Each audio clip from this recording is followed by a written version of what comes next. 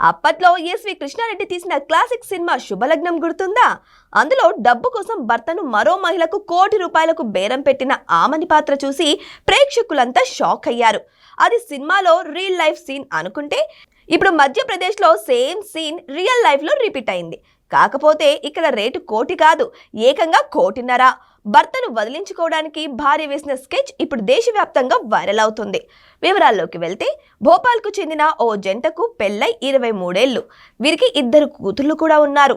సంసారం సజావుగా సాగుతుందనుకున్న సమయంలో భర్త తన ఆఫీస్లో పనిచేసే ఓ సహోద్యోగినితో ప్రేమలో పడ్డారు.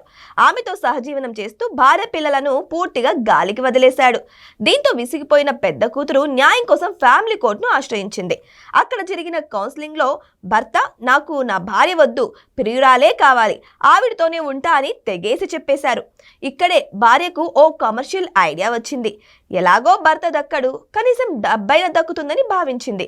నీకు నా మొగుడు కావాలంటే నాకు భరణంగా 1,50,00,000 ఇవ్వాలి అని ప్రియురాలకి కండిషన్ పెట్టింది. ఆశ్చర్యంగా ఆ ప్రియురాలు కూడా మరో ఆలోచన లేకుండా సై అంది.